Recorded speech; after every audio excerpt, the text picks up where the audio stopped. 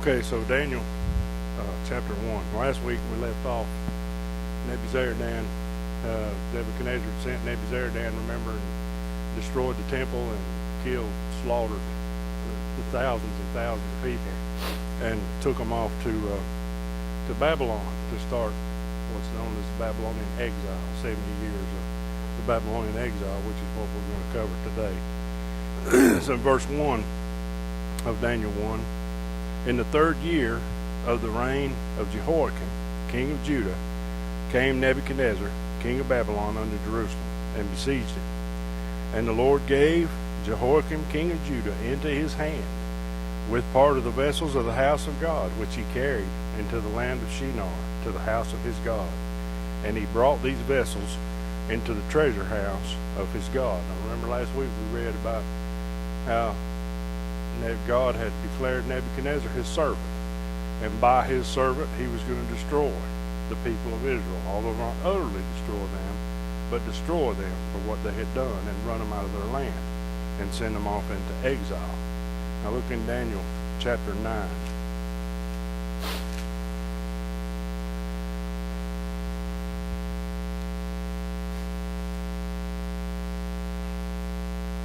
In Daniel chapter 9, starting in verse 1 and 2. In the first year of Darius, who was king, who he came and he didn't destroy Babylon, but he's the one that took over Babylon from Nebuchadnezzar. In the first year of Darius, the son of Ahasuerus, of the seed of the Medes, which was made king over the realm of the Chaldeans, in the first year of his reign, I, Daniel, understood by books the number of the years whereof the word of the Lord came to Jeremiah the prophet, that he would accomplish 70 years in the desolations of Jerusalem.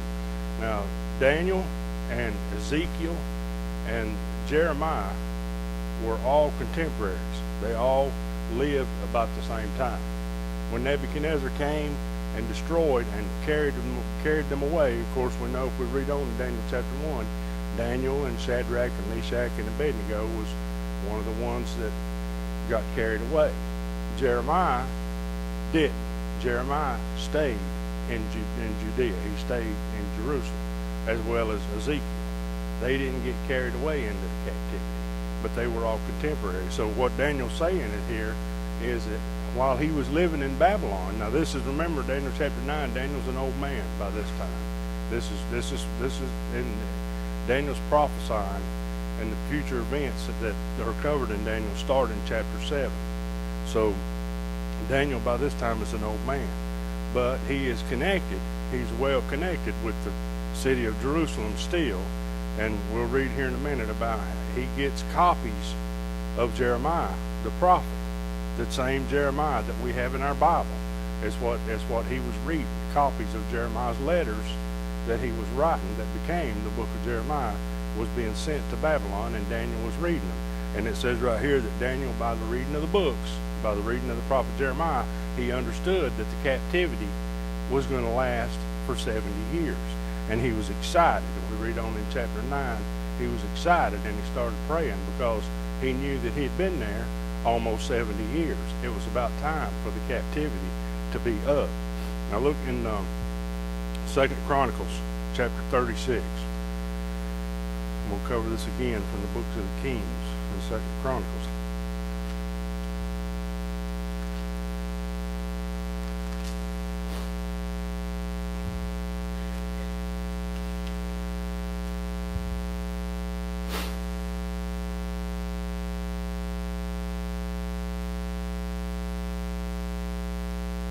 Second Chronicles chapter 36, starting in verse 11.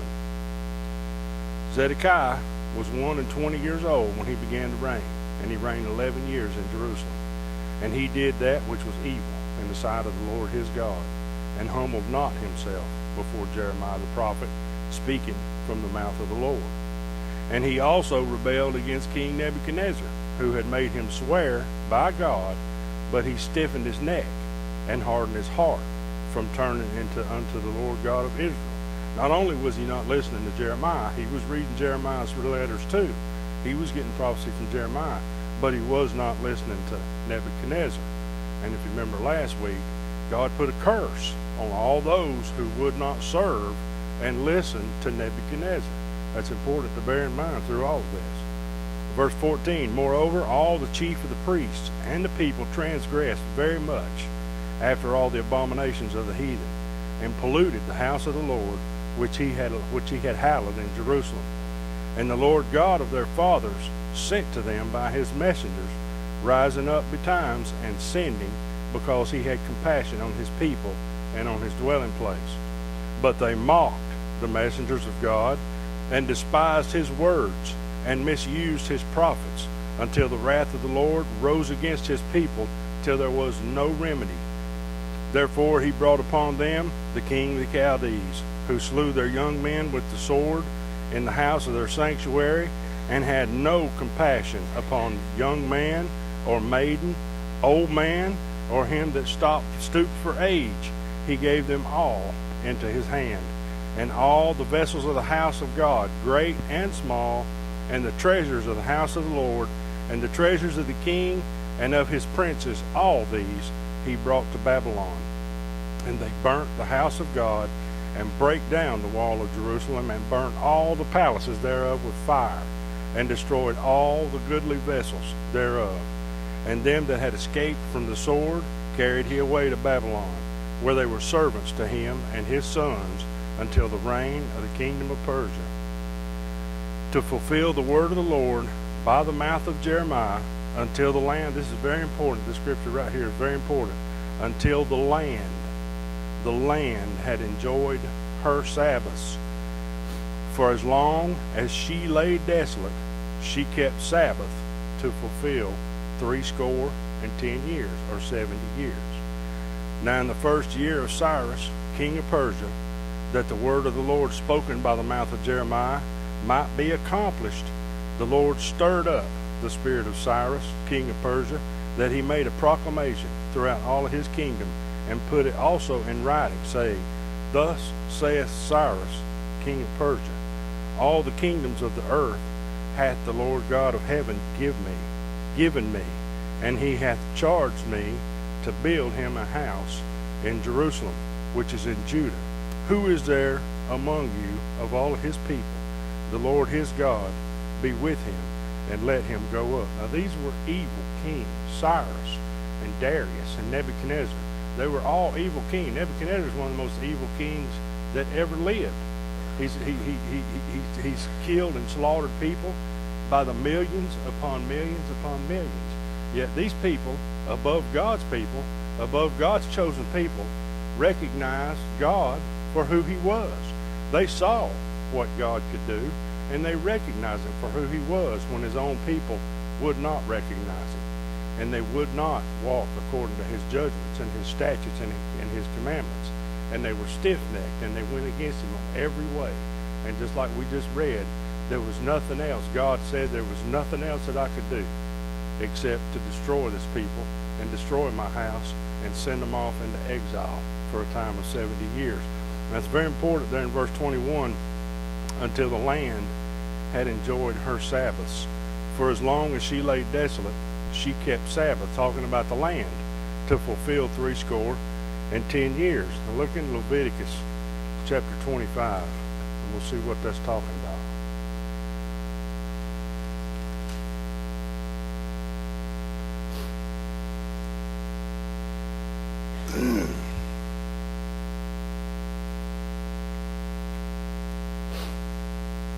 Leviticus chapter 25, starting in verse 1. And the Lord spake unto Moses in Mount Sinai, saying, Speak unto the children of Israel, and say unto them, When you come into the land which I give you, then shall the land keep a Sabbath unto the Lord. 6 years thou shalt sow thy field, and 6 years thou shalt prune thy vineyard, and gather in the fruit thereof. But in the 7th year shall be a Sabbath of rest unto the land, a Sabbath for the Lord. Thou shalt neither sow thy field, nor prune thy vineyard. That which groweth of its own accord of thy harvest thou shalt not reap, neither gather the grapes of the vine undressed, for it is a year of rest unto the land. For 6 years they plant and sow. And in the 7th year They have to let the land rest. They have to give the land a Sabbath, just like he assigned a Sabbath to the seventh day for our rest. He assigned a Sabbath to the land to let it rejuvenate and let it revigorate itself. And he said stuff that just grows up on its own, you don't harvest it. When the grapes just on their own, you don't dress the vines that year, you leave them alone. The grapes that grow, you don't eat them. They were not to touch this. They had plenty stockpiled up. They had plenty waiting to make it through that year. That was part of what they were supposed to do. They weren't supposed to touch this. Verse 6, and the Sabbath of the land shall be meat for you, for thee, and for thy servant, and for thy maid, and for thy hired servant, and for thy stranger that sojourneth with thee, and for thy cattle, and for the beasts that are in the land, shall all the increase thereof be meat. And thou shalt number 7 Sabbaths of years unto thee, 7 times 7 years. And the space of the 7 Sabbaths of years shall be unto thee 49 years. He's talking about Jubilee. This is where Jubilee comes in. Every 50th year. Every 7 times 7 is what he's talking about. You'll number. So on the 7th year the land was supposed to rest, and on the 50th year the land was supposed to rest. Then shalt, verse 9, then shalt thou cause the trumpet of Jubilee to sound on the 10th day of the 7th month, in the day of atonement shall you make the trumpet sound throughout all your land. And you shall hallow the 50th year, and proclaim liberty throughout all the land unto all the inhabitants thereof. It shall be a jubilee unto you, and you shall return every man unto his possession, and you shall return every man unto his family. A jubilee shall that 50th year be unto you. You shall not sow, neither reap that which groweth of itself in it, nor gather the grapes in it of thy vine undressed. For it is the jubilee. It shall be holy unto you. You shall eat the increase thereof out of the field. In the year of this jubilee you shall return every man unto his possession. So God declared from the beginning, from the very beginning, that this land rests were supposed to be. They were supposed to go by them. They were supposed to abide by them. No planting and no reaping and no harvesting every 70th year, and no planting and no reaping and no harvest every 50th year on top of that. Plus, also in the year of Jubilee, all your possessions that you owned, every slave that you held, everybody that belonged to you, any kind of indentured servant, anybody that owed you any money, all that was wiped completely away. The slates were completely clean once every 50th year. All the land that you owned returned back to its owner, and all of your land that you'd sold returned back to you. That was all supposed to take place in the year of Jubilee. There was no planting, there was no harvesting, but they all had plenty to eat.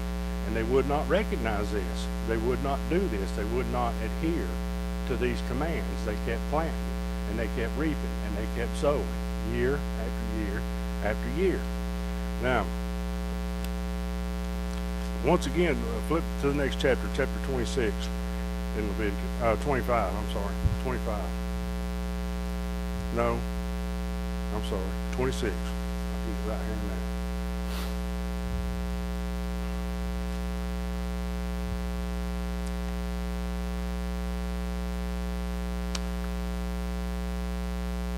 And once again, Moses, this is Moses. We're still in Leviticus. This is still Moses. So, again, we're just pointing out here in verse 26 that, again, nothing catches God off guard. He knew about it when he told Moses. He knew exactly what was going to happen in that day. He knew exactly how this was all going to come about. Look at chapter 26, and we'll start reading in verse 27. And if you will not, for all this, hearken unto me, but walk contrary to me, then I will walk contrary unto you also in fury. And I, even I, will chastise you 7 times for your sins. And you shall eat the flesh of your sons, and the flesh of your daughters shall you eat. Now this came to pass in the siege, and in the time of the siege, when Nebuchadnezzar was strapped himself around Jerusalem and he was laying siege to the city. Food got so scarce, we read in other parts of the Bible, where people were actually eating their children out of hunger, because there was no food. Verse 30, I will destroy your high places and cut down your images and cast your carcasses upon the carcasses of your idols, and my soul shall abhor you. I will make your cities waste and bring your sanctuaries unto desolation. And I will not smell the savor of your sweet odors. And I will bring the land into desolation. Here he goes again talking about the land. And your enemies which dwell therein shall be astonished at it. And I will scatter you among the heathen, and will draw out a sword after you. And your land shall be desolate, and your cities waste. Then shall the land enjoy her Sabbaths, as long as it lieth desolate, and ye be in your enemy's land. Even then shall the land rest, and enjoy her Sabbaths. As long as it lieth desolate, it shall rest, because it did not rest in your Sabbaths when you dwelt upon it. And upon them that are left alive of you, I will send a faintness into their hearts in the lands of their enemies, and the sound of a shaken leaf shall chase them, and they shall flee as fleeing from a sword, and they shall fall when none pursueth, and they shall fall one upon another, as it were before a sword, when none pursueth, and you shall have no power to stand before your enemies, and you shall perish among the heathen, and the land of your enemies shall eat you up. And they that are left of you shall pine away in their iniquity in your enemies' lands, and also in the iniquities of their fathers shall they pine away with them. So see, God proclaimed, he stated before, he proclaims the ending from the beginning. He knew all along what was going to happen. He wrote these words of warning to them through Moses in the book of Leviticus, so they could see what was coming, so they could know what was coming, they could understand what was on their way. And yet they still defied him. They still went against his word. They still would not keep the Sabbaths of the land. They would not keep the Sabbaths of their days. They would not walk in his statutes and in his judgments and what he had proclaimed for them to do. Once again, when we read the Old Testament, we understand how fiercely God takes and protects his word. His word is righteous. He is righteous and holy and sovereign. And when he says something, he means it. He don't mean that we can change it. He don't mean that we can use logic against it. He don't mean that we can try and understand it, or that we can twist it to fit our lifestyles or to fit our understanding. He told them, and these are pretty stout words. I mean, he told them, you're going to be so hungry, you're going to have to eat your own kids. You're going to be so nervous and scared that the sound of a falling leaf is going to send you running, because you're going to be eat up with fear all the time, all of your days. You're going to weep and you're going to pine away. And we've talked about that before. While they was in captivity in Babylon, the Babylonian soldiers asked them, sing us a song for your country, and they couldn't even do it. They couldn't even sing a song of Jerusalem, because all they could do is lay by the river all day and whine and pine and talk about the good old days. That's all they could do. But he is fiercely protective of his word. He says what he means, and he means what he says. Look in Jeremiah chapter 29. We've been hearing all this about what Jeremiah said. We'll read what he said.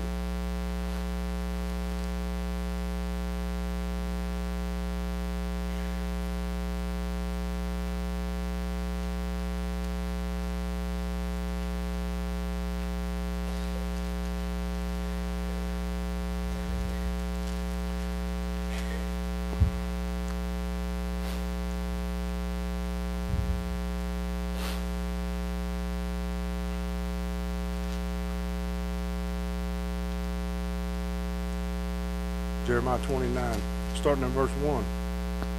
Now these are the words of the letter that Jeremiah the prophet sent from Jerusalem unto the residue of the elders which were carried away captives, and to the priests, and to the prophets, and to all the people whom Nebuchadnezzar had carried away captive from Jerusalem to Babylon.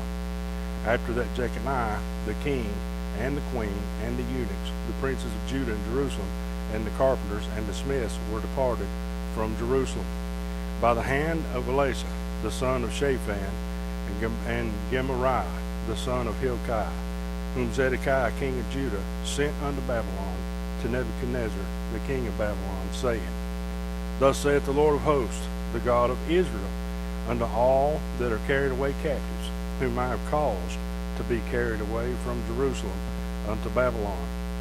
Build ye houses, and dwell in them, and plant gardens, and eat the fruit of them.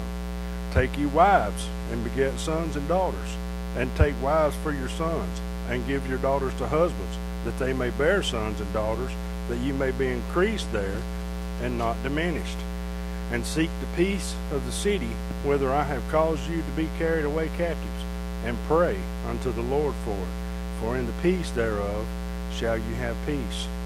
For thus saith the Lord of hosts, the God of Israel, let not your prophets and your diviners that be in the midst of you deceive you, neither hearken to your dreams, which you cause to be dreamed. For they prophesy falsely unto you in my name.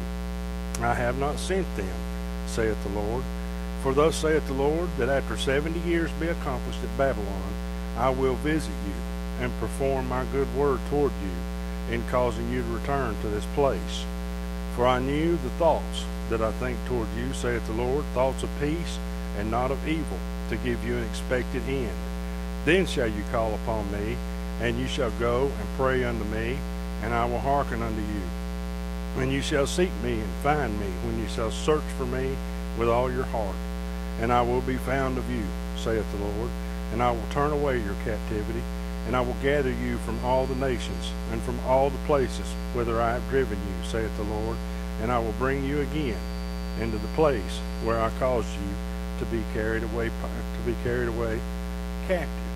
So God said by Jeremiah, first of all, he said, be about your business. Takes to marry, plant, build houses, live in them. Go about your business. Don't be preoccupied with your captivity. Pray for the city where you're being held captive. Whatever situation we're in, whoever's got us in whatever kind of bind that we have in our life, we're not to be obstinate towards them. We're not to go against them. We're supposed to pray for them so that we can be at peace. We have to bring the peace of God into that situation. Because when we're surrounded by a bad situation and we're praying for that situation, we're not crying out to God and saying, feel sorry for me and take care of me while I'm here. We have to bring that peace into our situation. That peace has to come from God through us into whatever it is that we're around. So God told them, live your lives. Don't let yourself be diminished. He didn't want to utterly get rid of all of them. He never intended for them to marry the Babylonians and bring the Babylonian life into them. He told them, don't listen to your prophets. Don't listen to your diviners. And to this day, the Jews disregard that. To this day, because their Talmud that they live by, that they go by, is split up into two parts. One of it's called the Babylonian Talmud. That's where all that came from. And out of that came Gnosticism. And out of that came Cabal, which is Jewish witchcraft. All of these evil things come out from that Babylonian Talmud. They listened to their own prophets. They listened to their own people. And they wrote down the words of what these prophets and these diviners were saying, and they turned it into holy writ for themselves against what God had said. They didn't stick with the Bible. They didn't stick with the Word. They wrote their own Bible, and it's called the Babylonian Talmud. And it's all about the captivity. It's all about the elders and the priests and the rabbis and the conversations and the worship and what they carried on. Because when you read into it, when you start reading through the Babylonian Talmud, you find out that there's a lot more witchcraft in here than there is anything else, because they incorporated the Babylonian witchcraft. Because again, like we talked about before, you can study any evil you want to, any false religion, any false teaching on this earth, and if you trace it back far enough, you're going to end up at Babylon. Because out of Babylon came all the evil that is on the earth. Evil worship of idols and other gods. All these Indian idols that you see on TV, all these painted elephants and worshiping cows and all that stuff, every bit of it can be traced back to Babylon, where Nimrod, the most evil person that's ever lived, set up the first kingdom of evil on this earth. And that evil had began there, and it has stayed there. And not only that, but in the end of days, God is specifically going to destroy that place right there, which is a dust bowl right now. It's a dust bowl right now where Babylon was. Saddam Hussein was trying to rebuild it, and he rebuilt a whole bunch of it. and he's got his name written all over it. But it's still, right now, it's a dust bowl. But according to the Bible, it's going to become a thriving community sometime between now and the end of days. Because not only is Mystery Babylon going to be destroyed, but the actual Babylon is going to be destroyed. So all this evil and the Jewish cabal and the Babylonian Talmud, all of that came out of that. And God specifically warned them through Jeremiah. He said, don't listen to your diviner. Don't listen to your prophets, because I have not sent them. I sent Jeremiah. Jeremiah is speaking. God is speaking through Jeremiah. But again, they would not pay attention. They would not listen. So they ended up in Babylon for 70 years. Now, why 70 years? Because a time of waiting in the Bible is denoted by the number 4 or 40 or 400. Usually when you're waiting through a thing, the number 4 is going to be involved in it. So for the answer to 70 years, we have to go to Ezekiel. In Ezekiel chapter 4.